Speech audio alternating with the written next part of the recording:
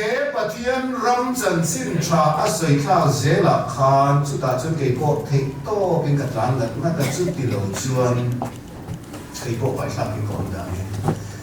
khai lại mình có cần sửa chân bộ là hết chân đầm na chiang lầu để mày à trần lạc gần thế ti sa để mày cần đi mày thế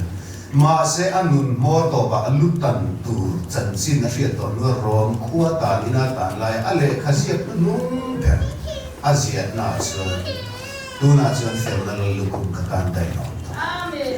ma na ka lo ti fan na ra ka tu na hian no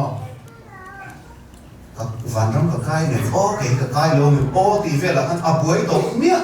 lo chu mi nun chu nei tu rin pathian to tu rin in leng u future thui tak kan ngai tu hen kan buai chi thì khi anh đi nói lâu ông rồi hành thì đây mày thấy cả đầm xuống anh nói đó sẽ phản hành đó thì do cái này được chuan mà sẽ future thui tập các tuấn anh nung lọc thì xuống rồi tuấn kế mày cái này tuấn kế mày cái Israel này nung lao nạp tu cái lúc hiện quên tuấn cái này lại mấy đó na chúng ta để cho Israel này nung lại mấy na